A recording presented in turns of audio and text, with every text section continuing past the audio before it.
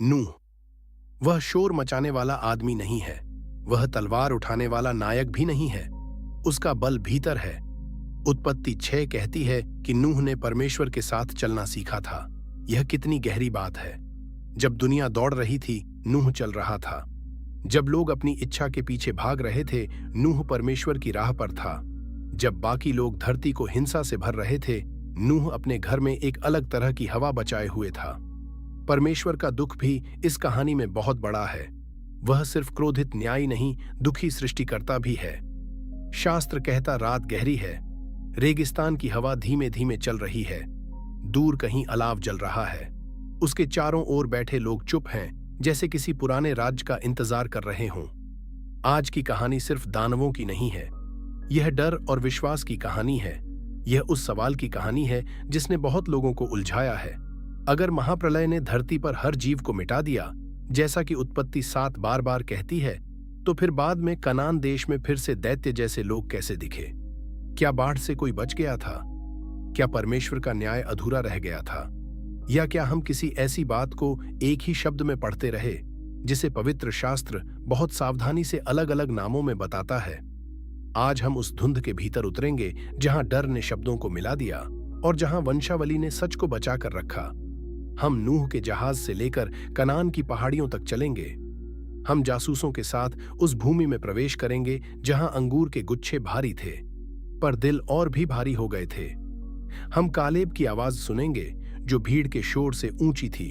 हम यह भी देखेंगे कि हर बड़ा शत्रु अलौकिक नहीं होता, पर हर बड़ा डर आत्मा को बांध सकता है। और जब यह यात्रा पूरी होगी, तब हमें समझ आएगा कि शास्त्र का संदेश साफ है। हर युग में दानव खड़े होते हैं, पर हर दानव के सामने परमेश्वर का वचन उससे ऊंचा खड़ा रहता है। चैप्टर 1।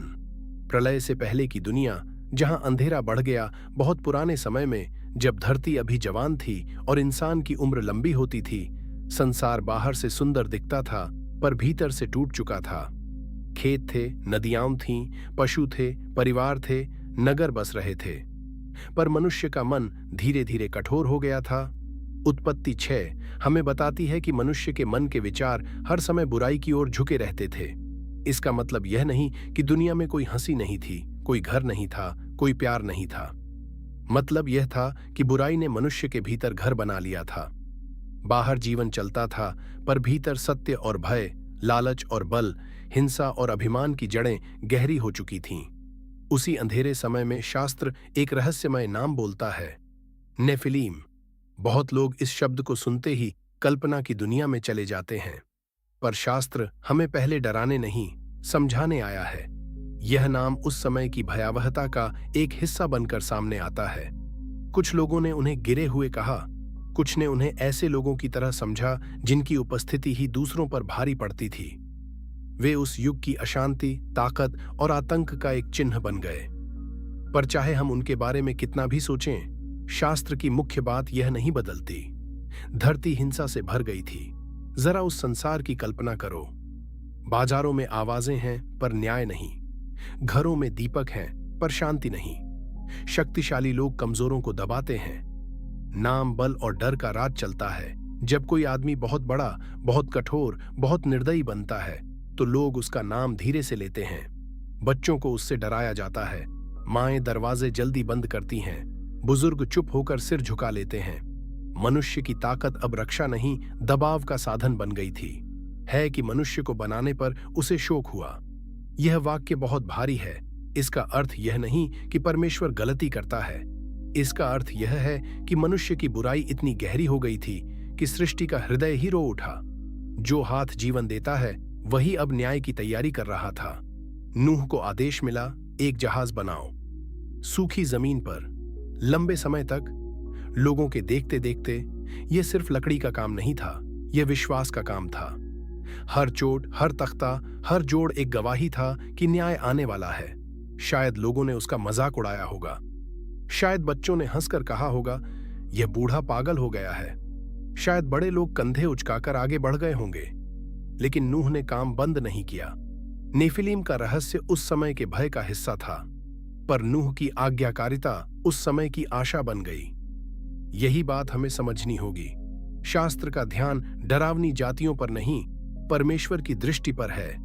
जब दुनिया अपने आकार, शक्ति और घमंड से खुद को अजेय समझती है, तब परमेश्वर एक धर्मी आदमी के परिवार से नया आरंभ कर सकता है। धीरे धीरे जहाज खड़ा हुआ। लकड़ी की दीवारों में एक आने वाले युग की आहट थी। आकाश ऊपर वैसा ही दिखता था, धरती नीचे वैसी ही थी, लोग वैसे ही जी रहे थे, पर समय बदलने वाला था। और जब परमेश्वर की धैर्य की घड़ी भर जाती है, तब इतिहास अचानक मुड़ जाता है। नेफिलीम हो या राजा, शक्तिशाली हो या साधारण, कोई भी उस न्याय से बच नहीं सकता जो सृष्टि के प्रभु के हाथ से निकलता है। अब अंधेरा अपने चरम पर पहुंच चुका था और अगला दृश्य पूरी धरती को बदल देने वाला था। चैप्टर 2, जल का न्याय और नेफिलीम का अंत। एक दिन आया जब मजाक बंद हो गया।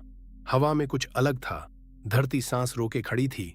नूह, उसकी पत्नी, उसके बेटे और उनकी पत्नियां जहाज में प्रवेश कर गए। पशु आए, जोड़े जोड़े। यह दृश्य कितना अजीब रहा होगा। वही लोग जिन्होंने नूह को हल्का समझा होगा, अब शायद दूर से देख रहे होंगे, लेकिन तब तक बहुत देर हो चुकी थी। उत्पत्ति 7 कहती है कि परमेश्वर ने स्वयं द्वार बंद कर दिया। यह सिर्फ जहाज का दरवाजा नहीं था, यह दया की एक अवधि का बंद होना था। फिर जल आया। आकाश के झरोखे खुल गए, गहरे स्रोत फूट पड़े। वर्षा सिर्फ बरसी नहीं, टूट पड़ी। धरती कांपी होगी, नदियां उफनी होंगी, घर गिरने लगे होंगे, मैदान झील बने होंगे। पहाड़ों की ढलानों पर भागते लोग अचानक समझ गए होंगे कि यह साधारण तूफान नहीं है। यह वही न्याय था जिसकी चेतावनी उन्हें लंबे समय से दी जा रही थी। यहाँ शास्त्र बहुत साफ बोलता है। उत्पत्ति 7 बार बार हमें बताती है कि सूखी भूमि पर जो कुछ था सब नाश हो गया। हर जीव, हर प्राणी, हर सांस लेने वाला प्राणी। यही वह बिंदु है जहां हमारे सवाल का पहला उत्तर मिलता है। यदि नेफिलीम प्रलय से पहले थे तो वे भी उसी न्याय में समाप्त हो गए। शास्त्र इस बात को अधूरा नहीं छोड़ता। वह कहता है कि केवल नूह और उसके साथ जहाज में रहने वाले बचे। यह समझना बहुत जरूरी है क्योंकि बात की उलझन यहीं से पैदा होती है। यदि हम उत्पत्ति 7 की पूर्णता को कम कर दें तो हम परमेश्वर के न्याय को कम कर देंगे, और यदि न्याय अधूरा रहा तो नूह की कहानी भी अधूरी हो जाएगी। पर शास्त्र अधूरा नहीं है। प्रलय एक स्थानीय घटना नहीं थी, न कोई छोटा दंड। यह एक ऐसी घटना थी जिसने पुराने संसार को बंद कर दिया। कल्पना करो कि पानी कितना ऊपर गया होगा। जो लोग ऊंचे स्थानों पर भागे वे और ऊपर चढ़े होंगे। जो बलवान थे उन्होंने दूसरों को धक्का दिया होगा। जिनके पास घोड़े थे वे तेज भागे होंगे। जिनके पास सैनिक थे वे पहरा देते होंगे। जिनका कद बड़ा था वे शायद पहले कुछ देर तक औरों से ऊपर दिखे होंगे। पर जल के सामने सब बराबर हो गए। यही न्याय की गंभीरता है। मनुष्य अपने रूप, बल, प्रतिष्ठा और ऊंचाई पर बहुत भरोसा करता है, पर जब परमेश्वर इतिहास में बोलता है तब सारा अहंकार पानी में डूब जाता है। नेफिलीम का रहस्य भी यहीं शांत होता है। जो भी वे थे, जितने भी भयावह थे, जितने भी प्रसिद्ध थे, वे उस जल प्रलय से ऊपर नहीं उठ सके। उनकी शक्ति, उनका नाम, उनका आकार, उनका भय सब बह गया। यही कारण है कि बाद में जब लोग फिर विशाल लोगों को देखते हैं तो हमें समझना होगा कि वे वही नहीं हो सकते जो पहले थे। प्रलय की रेखा इतिहास को 2 भागों में बांटती है, पहले और बाद में। जहाज पानी पर तैरता रहा, बाहर मृत्यु का सन्नाटा रहा होगा, भीतर जीवन कांपता हुआ, प्रार्थना करता हुआ, प्रतीक्षा करता हुआ। नूह का परिवार सुरक्षित था, पर वह यह भी जानता था कि दुनिया जैसी वे जानते थे अब वैसी नहीं रही। कभी कभी परमेश्वर नया आरंभ देने से पहले पुरानी बुराई को जड़ से उखाड़ देता है। यह कठोर लगता है, पर जब हिंसा पूरी धरती को भर दे तब न्याय भी सृष्टि की दया का एक रूप बन जाता है। दिन बीतते गए, जल स्थिर होता गया, अंततः जहाज ठहरा। फिर वह दिन आया जब धरती फिर सूखने लगी, पक्षी छोड़े गए, हवा बदली, मिट्टी की गंध लौटी, और जब वे बाहर निकले तो यह केवल बचना नहीं था, यह नया आरंभ था। नूह ने पहले क्या किया? उसने वेदी बनाई, उसने परमेश्वर की आराधना की। यह भी गहरी बात है। जिसने जल प्रलय देखा हो वह पहले घर भी बना सकता था, पहले खेत भी देख सकता था, पहले खाने की चिंता भी कर सकता था, पर नूह ने पहले धन्यवाद किया, क्योंकि जिसने न्याय के भीतर दया पाई हो उसका पहला काम स्मरण होना चाहिए। इस नए संसार में नेफिलीम नहीं थे।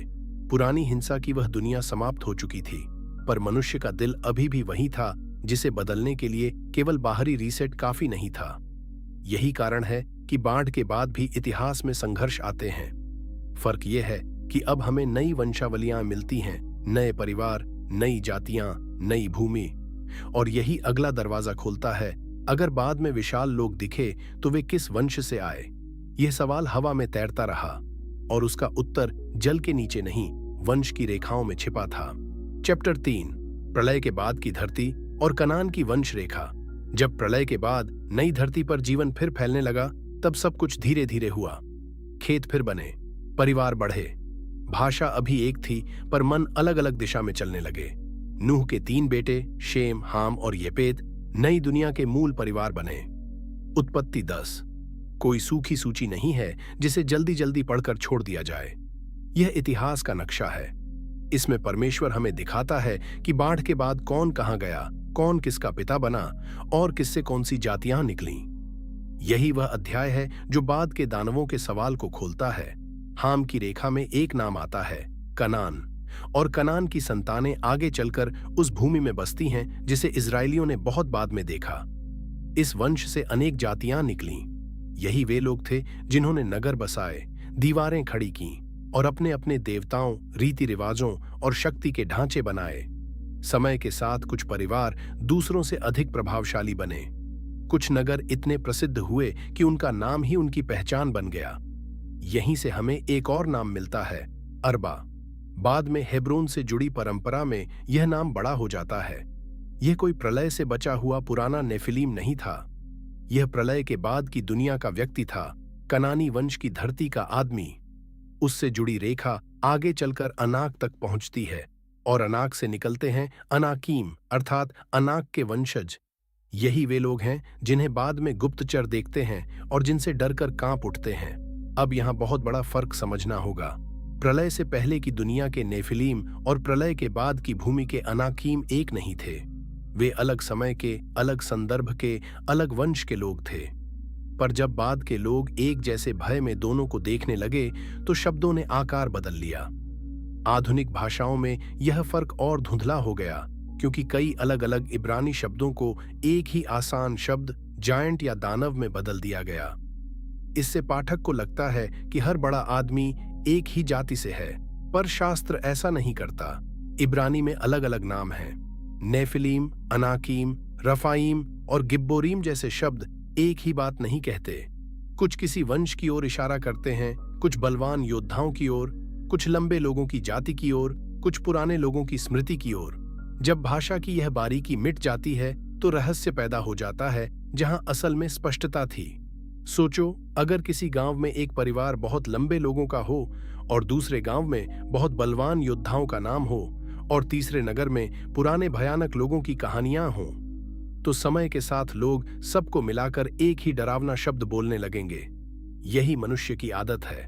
पर शास्त्र डर की भाषा से नहीं, सत्य की भाषा से बोलता है। वह वंश लिखता है, नाम लिखता है, नगर लिखता है, ताकि आने वाली पीढ़ियां समझें कि इतिहास धुंधला नहीं है। कनान की भूमि बहुत समृद्ध थी। वहां पहाड़ियां थीं, घाटियां थीं, उपजाऊ मैदान थे, अंगूर की बेलें थीं, जैतून के पेड़ थे और रणनीतिक नगर थे। जिसने उस भूमि पर कब्जा किया उसके पास भोजन भी होगा, व्यापार भी और शक्ति भी। इसलिए वहां बसे लोगों में युद्ध कौशल भी बढ़ा। ऐसे माहौल में लंबे, मजबूत, युद्ध कुशल परिवारों का प्रसिद्ध होना अजीब नहीं। यही वे लोग थे जिन्हें बाद में इजरायली जासूस देखकर डरते हैं। अब ध्यान दो, शास्त्र का उत्तर चमत्कार से कम, इतिहास से ज्यादा आता है।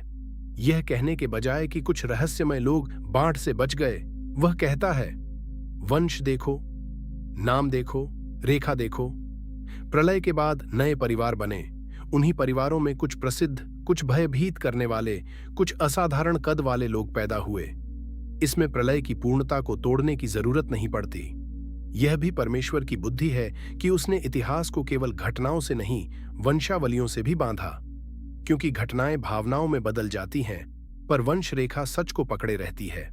डर कहता है वे वही पुराने दानव होंगे, पर वंशावली कहती है नहीं, ये कनान के लोग हैं, ये अनाक के वंशज हैं। ये बाढ़ से बचे हुए प्राणी नहीं, बाद की मानव रेखा के लोग हैं। प्रलय के बाद की धरती पर जीवन फैल रहा था, पर परमेश्वर की योजना भी आगे बढ़ रही थी, क्योंकि अब वह एक व्यक्ति को बुलाने वाला था, अब्राम।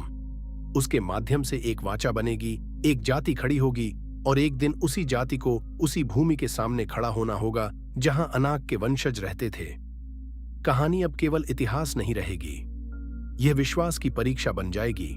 वंश की रेखा साफ हो चुकी थी, अब वाचा की रेखा शुरू होने वाली थी। वंश की रेखा साफ हो चुकी थी, अब वाचा की रेखा शुरू होने वाली थी। चैप्टर 4, वाचा की भूमि और आने वाली परीक्षा की छाया। प्रलय के बाद पीढ़ियां आगे बढ़ीं, नगर बसते गए, जातियां बनी, भाषा के रास्ते अलग हुए, और फिर परमेश्वर ने एक आदमी को पुकारा, अब्राम। यह पुकार सिर्फ एक परिवार के लिए नहीं थी, यह इतिहास की दिशा बदलने वाली पुकार थी। अपने देश, अपने कुटुंब और अपने पिता के घर से निकल, यह बुलाहट थी, और उसके साथ एक वादा था, मैं तुझे एक बड़ी जाति बनाऊंगा। उसी वादे में एक भूमि भी थी, वह भूमि जहां अब दूसरे लोग रहते थे। खेत उनके थे, कुएं उनके थे, किले उनके थे, और उन्हीं पहाड़ियों में आगे चलकर अनाकीम जैसे शक्तिशाली लोग भी होंगे। अब्राम चला। वह हर कदम पर यह नहीं जानता था कि आगे क्या होगा, पर वह जानता था कि जिसने बुलाया है वही मार्ग भी खोलेगा। यही विश्वास की पहली चाल है। पूरी राह नहीं दिखती, पर बुलाने वाली आवाज साफ होती है। उसी भूमि में परमेश्वर ने उसे दिखाया कि उसकी संतानें एक दिन इसे पाएंगी। उस समय यह वादा कितना असंभव रहा होगा, एक भटकता परिवार और सामने बड़े नगरों से भरी भूमि। पर परमेश्वर का वचन अक्सर मनुष्य की आंखों से बड़ा होता है। अब्राम इसहाक का पिता बना, इसहाक याकूब का, याकूब इज़राइल कहलाया। इज़राइल के 12 पुत्र हुए। अकाल पड़ा, परिवार मिस्र गया। वहां वे पहले अतिथि की तरह रहे, फिर संख्या में बढ़े, फिर दास बना दिए गए। पीढ़ियां बीतीं। वादा पुराना नहीं हुआ, पर प्रतीक्षा लंबी हो गई। बहुत बार मनुष्य यही भूल करता है, वह सोचता है कि अगर वादा देर से पूरा हो रहा है तो शायद वह कमजोर पड़ गया है। पर परमेश्वर की घड़ी धीमी लग सकती है, टूटती नहीं। मिस्र में ईंटें बनाते हुए, कोड़ों की मार खाते हुए, गुलामी की धूल में सांस लेते हुए, क्या इजरायलियों को कभी अब्राहम की वह भूमि याद आती होगी? शायद बुजुर्ग रात को बच्चों को बताते होंगे, हमारे पुरखे को परमेश्वर ने एक देश का वादा किया था। बच्चे पूछते होंगे, कहाँ है वह देश? और बुजुर्ग दूर देखते होंगे, जैसे याद और दर्द एक साथ आंखों में आ गए हों। फिर मूसा आया, जलती झाड़ी के सामने खड़ा आदमी। फिर विपत्तियां आईं, फिर लाल समुद्र खुला, फिर दास लोग राष्ट्र बने। सीनै पर्वत पर वाचा मिली, कानून मिला, तंबू मिला, परमेश्वर की उपस्थिति का बादल मिला। अब वे सिर्फ भागे हुए लोग नहीं थे, अब वे बुलाए हुए लोग थे, और बुलाए हुए लोगों के सामने एक भूमि रखी गई, दूध और मधु की भूमि। वही भूमि जहां कनानी लोग थे, वही भूमि जहां नगर दृढ़ थे, वही भूमि जहां अनाक के वंशज जैसे लंबे और भयंकर योद्धा भी रहते थे। यहीं ध्यान दो, परमेश्वर ने अपनी प्रजा को किसी खाली बाग में नहीं भेजा, उसने उन्हें ऐसी भूमि की ओर चलाया जहां संघर्ष था। क्यों? क्योंकि विश्वास बिना परीक्षा के अक्सर नारा बन जाता है। परमेश्वर चाहता था कि इज़राइल केवल यह न कहे कि हम उसकी प्रजा हैं, बल्कि यह भी सीखे कि हम उसकी प्रतिज्ञा पर चलेंगे, चाहे सामने कुछ भी हो। यही कारण है कि प्रतिज्ञात देश के द्वार पर भय खड़ा था। गिनती 13 की घटना अचानक नहीं आती, वह लंबे इतिहास का परिणाम है। अब्राहम को मिला वादा, मिस्र की दासता, निर्गमन की शक्ति, जंगल की यात्रा, सब इस पल की ओर बढ़ रहे थे। और जब लोग अंततः उस भूमि को देखने के लिए भेजे गए, तो वे सिर्फ जासूस नहीं थे, वे वादे और भय के बीच खड़े गवाह थे। कनान की भूमि सुंदर थी, जैसे किसी पुराने सपने का शरीर हो, पर सुंदरता ही कहानी नहीं थी। वहां की दीवारें ऊंची थीं, सेनाएं मजबूत थीं, और कुछ लोग इतने लंबे और भारी दिखते थे कि साधारण सैनिक उनके सामने छोटे लगते थे। यही वह दृश्य था जिसने 10 आदमियों की आत्मा को हिला दिया, और यही वह दृश्य था जहां 2 आदमियों ने परमेश्वर को लोगों से बड़ा देखा। इस अध्याय की छाया हमें सिखाती है कि परमेश्वर की प्रतिज्ञा अक्सर हमें ऐसी जगह ले जाती है जहां हमारी ताकत कम पड़ती है, क्योंकि वह चाहता है कि हम उसकी शक्ति को जानें। वह हमें चुनौती से बचाकर नहीं, चुनौती के पार ले जाकर अपने को प्रकट करता है। अब समय आ गया था, 12 आदमी भूमि को देखने निकलेंगे। वे अंगूर लेकर लौटेंगे, वे बातें भी लेकर लौटेंगे। पर सबकी आंखों ने एक ही भूमि देखी होगी, फिर भी सबके दिल एक जैसा निष्कर्ष नहीं लाएंगे, क्योंकि असली लड़ाई बाहर की पहाड़ियों में नहीं, भीतर के विश्वास में होने वाली थी। चैप्टर 5। 12 जासूस, एक भूमि और 2 तरह की आंखें। 12 पुरुष चुने गए, हर गोत्र से एक। यह साधारण यात्रा नहीं थी, ये लोग पूरे राष्ट्र की आंखें बनने वाले थे। वे रेगिस्तान की धूल से निकलकर उस भूमि में प्रवेश करने वाले थे जिसके बारे में उनके पिता, दादा और परदादा सुनते आए थे। जब वे निकले होंगे तब शिविर में उम्मीद रही होगी। लोग पूछते होंगे, वहां का फल कैसा है? नगर कितने बड़े हैं?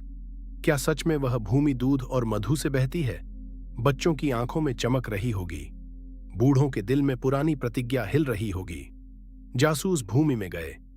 उन्होंने घाटियां देखीं, खेत देखे, अंगूर की बेलें देखीं, अनार और अंजीर देखे। उन्होंने यह भी देखा कि वह भूमि खाली नहीं है, वहां जीवन है, शक्ति है, नगर है, व्यवस्था है। फिर वे हेब्रोन के पास पहुंचे, वही क्षेत्र जो बाद में अनाक के वंशजों से जुड़ा हुआ दिखता है। वहां उन्होंने लंबे, प्रभावशाली, भय उत्पन्न करने वाले लोगों को देखा।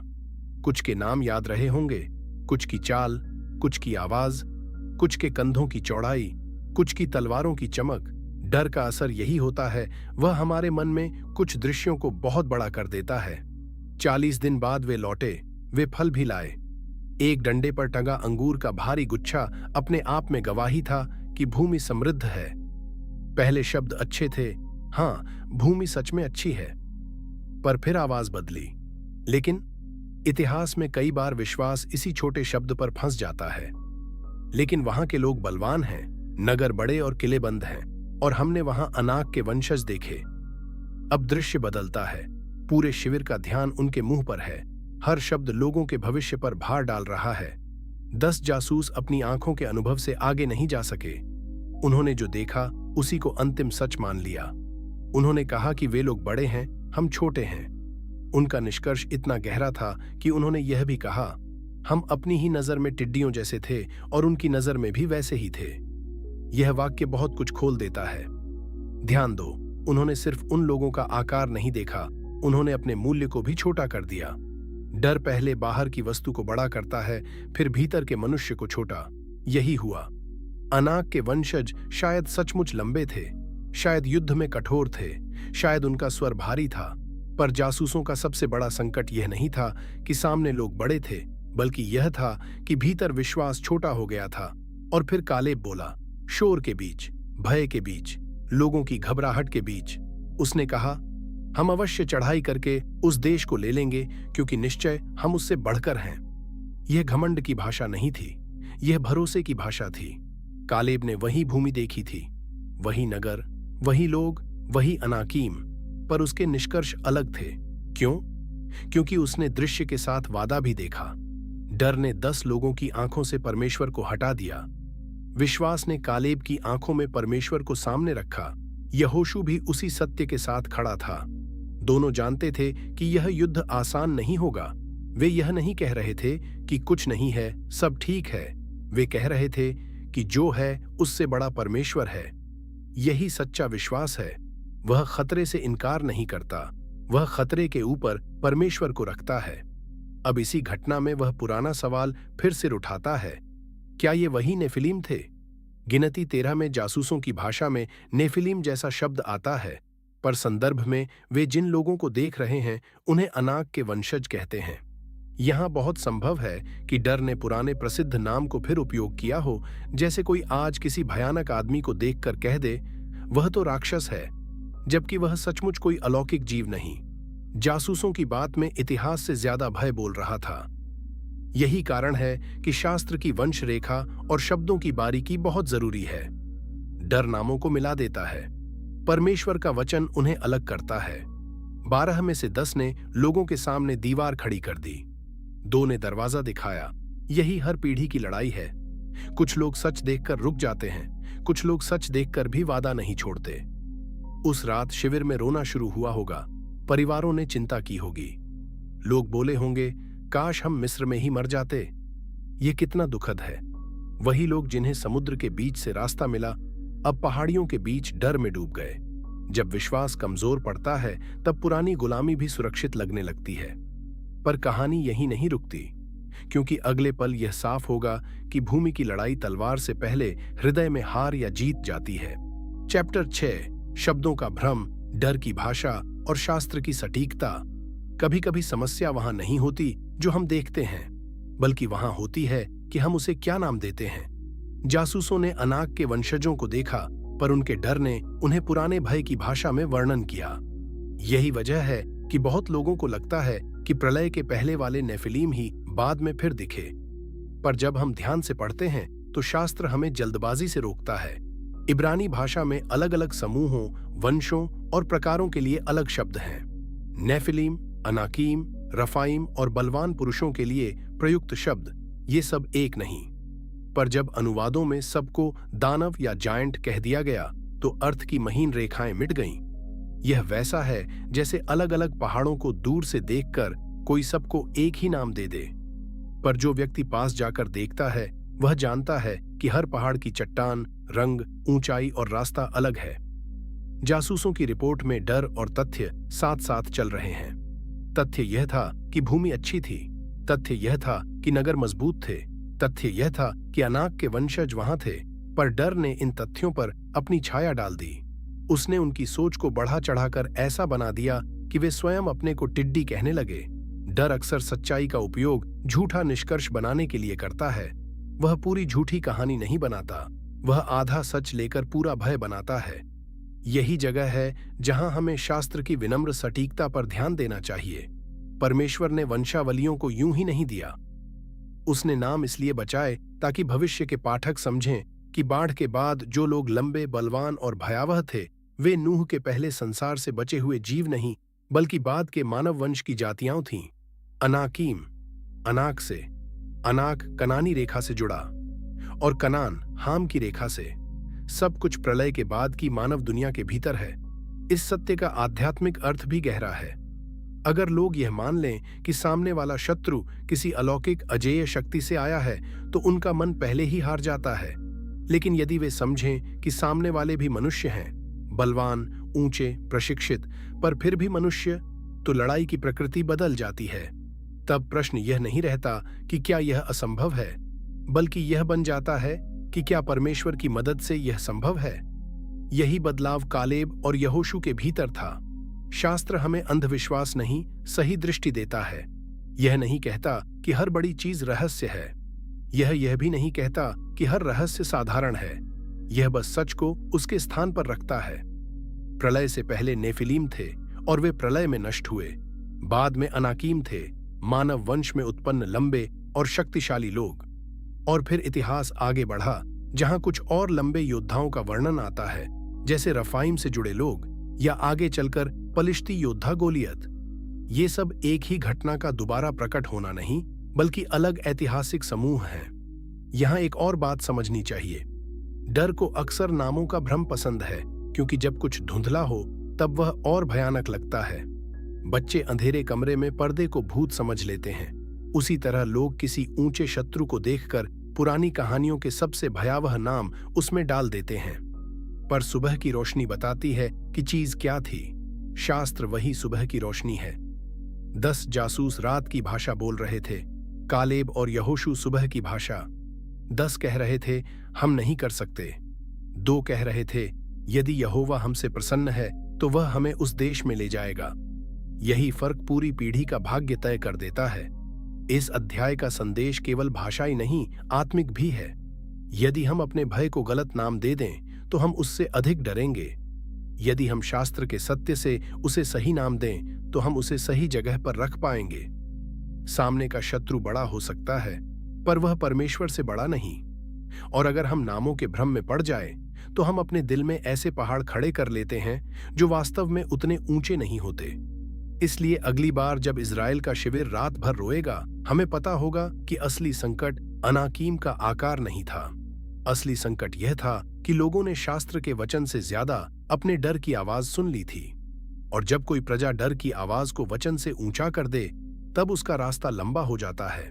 चैप्टर 7 कालेब की आवाज, यहोशू का साहस और भय के विरुद्ध विश्वास। वह रात भारी थी। तंबुओं के भीतर आंसू थे। शिविर में शिकायत थी। लोग पीछे लौटना चाहते थे। किसी ने कहा होगा, हम मिस्र वापस चलें। यह कितना अजीब है। गुलामी का स्थान अचानक सुरक्षा जैसा लगने लगता है जब स्वतंत्रता के रास्ते में खतरा खड़ा हो। यही भय का जाल है। वह हमें उस जगह की भी याद मीठी करा देता है जहां हम कभी रोए थे। चैप्टर 8, जंगल के वर्ष, खोई हुई पीढ़ी और विश्वास की धीमी आग। फैसला हो चुका था। भूमि सामने थी, पर प्रवेश रोक दिया गया। लोग मुड़े और जंगल में चले गए। यह केवल भौगोलिक यात्रा नहीं थी, यह अविश्वास की कीमत थी। जिस रास्ते पर वे कुछ समय में पहुंच सकते थे, वह अब वर्षों में फैला। यही होता है जब मनुष्य परमेश्वर के वचन से पीछे हटता है। समय लंबा हो जाता है। वही सूर्य उगता है, वही रेत उड़ती है, वही तंबू लगते और उखड़ते हैं, पर भीतर एक पीढ़ी धीरे धीरे समाप्त होती है। कल्पना करो उस जीवन की। हर सुबह मन्ना, हर दिन यात्रा या ठहराव, हर रात तंबुओं के बीच पुराने लोगों की बातें। कुछ के मन में पछतावा, कुछ अब भी शिकायत करते होंगे, कुछ ने शायद बच्चों को बताया होगा, हमने भूमि देखी थी, वह सच में अच्छी थी। बच्चे पूछते होंगे, तो हम गए क्यों नहीं? और जवाब भारी चुप्पी में गिर जाता होगा। जंगल में समय अलग तरह से चलता है। वहां जल्दी कुछ नहीं होता, पर धीरे धीरे सब कुछ बदल जाता है। चेहरे बूढ़े होते हैं, बच्चे जवान होते हैं, पुराने नेता थकते हैं, नए कदम मजबूत होते हैं, और इन्हीं वर्षों में एक नई पीढ़ी तैयार हो रही थी। ऐसी पीढ़ी जिसने मिस्र के महल नहीं देखे, पर रेगिस्तान की निर्भरता सीखी। वे जानते थे कि भोजन स्वर्ग से आता है, पानी चट्टान से निकल सकता है, और जीवन मनुष्य की योजना पर नहीं, परमेश्वर की दया पर टिका है। इन लंबी यात्राओं में कालेब और यहोशू भी थे। वे वही दो आदमी थे जिन्होंने भूमि के बारे में अलग गवाही दी थी। अब सोचो, उनके लिए यह समय कैसा रहा होगा। वे सही थे, फिर भी उन्हें बाकी लोगों के साथ भटकना पड़ा। यही विश्वास की एक और परीक्षा है। कई बार तुम सही होते हो, पर परिणाम फिर भी देर से आता है। तुम्हारा विश्वास सच्चा होता है, पर तुम्हें इंतजार करना पड़ता है, क्योंकि तुम अकेले नहीं जीते, तुम एक समुदाय का हिस्सा होते हो। कालेब ने क्या सोचा होगा जब साल पर साल बीतते गए? क्या उसने हेब्रोन की पहाड़ियों को याद किया होगा? क्या उसे उन लंबे लोगों के चेहरे याद रहे होंगे? क्या उसने मन में कहा होगा, एक दिन मैं लौटूंगा? शायद, पर उसने कड़वाहट को अपने भीतर घर नहीं बनाने दिया। यह बहुत बड़ी बात है। जो व्यक्ति सही होने के बाद भी शांत रह सके, वही वास्तव में परमेश्वर पर भरोसा करता है। यहोशू मूसा के पास रहा। उसने नेतृत्व को करीब से देखा। उसने देखा कि एक कठोर गर्दन वाले लोगों को संभालना कितना कठिन है। उसने देखा कि परमेश्वर के सामने मध्यस्थ बनना कैसा होता है। उसने समझा कि नेता का दिल टूटता भी है और जलता भी। इसी रेगिस्तान में उसका चरित्र और गहरा हुआ। इन वर्षों में यह शास्त्रीय सत्य भी स्पष्ट होता गया। दानवों का सवाल जितना बड़ा दिखता है, उससे बड़ा सवाल यह है कि मनुष्य परमेश्वर पर भरोसा करेगा या नहीं। अनाकीम भूमि में थे, पर इज़राइल उनसे दूर था। फिर भी उनका प्रभाव इज़राइल पर बना रहा, क्योंकि डर स्मृति में भी जीवित रह सकता है। बहुत लोग अपने वास्तविक शत्रुओं से कम, अपनी कल्पना में बसे शत्रुओं से अधिक हारते हैं। जंगल की धूल में चलते हुए शायद कई बार बच्चों ने बुजुर्गों से पूछा होगा, वे लोग कितने बड़े थे, और हर बार कहानी शायद थोड़ी और बड़ी हो गई होगी। यही मानव स्वभाव है। जितनी दूरी बढ़ती है, उतनी कहानी भी फूलती जाती है। पर दूसरी ओर कालेब और यहोशू के भीतर एक और कहानी बढ़ रही थी, परमेश्वर की निष्ठा की कहानी। वे जानते थे कि जिस दिन बुलाहट फिर खुलेगी, उसी दिन शक्ति भी मिलेगी। फिर समय ने अपना काम किया। एक एक करके पुरानी पीढ़ी गिरती गई, कब्रें बनी, रेगिस्तान मौन गवाह बना रहा, और अंततः वह समय निकट आया जब नई पीढ़ी यर्दन के पास पहुंची। मूसा ने अंतिम वचन दिए। उसने भूमि को दूर से देखा, पर स्वयं प्रवेश न किया, और नेतृत्व यहोशू को सौंपा गया। यह क्षण बहुत भारी था। एक युग समाप्त हुआ, दूसरा शुरू होने वाला था। कालेब अब जवान नहीं था, पर उसका विश्वास जवान था। यहोशू अब केवल सहायक नहीं था, वह मार्गदर्शक बनने जा रहा था। नई पीढ़ी अब उस भूमि के सामने खड़ी थी जहां कभी उनके पिता डर गए थे। वही भूमि, वही प्रतिज्ञा, और कुछ वही शत्रुवंश अब भी वहां थे। फर्क बस इतना था कि अब परमेश्वर एक नई टोली को आगे भेज रहा था। ऐसी टोली को जिसने अपने पिता की गलती की कीमत विरासत में पाई थी। इस अध्याय का दुख शांत है, पर उसका पाठ गहरा है। अविश्वास केवल एक पल की भावना नहीं, वह पूरे जीवन की दिशा बदल सकता है। और विश्वास केवल उत्साह नहीं, वह वर्षों तक धैर्य से जलती हुई आग है। कालेब और यहोशू उस आग के रखवाले थे। अब जंगल पीछे छूट रहा था, सामने नदी थी, उसके पार वही कहानी इंतजार कर रही थी जिसे पिछली पीढ़ी ने छूकर छोड़ दिया था।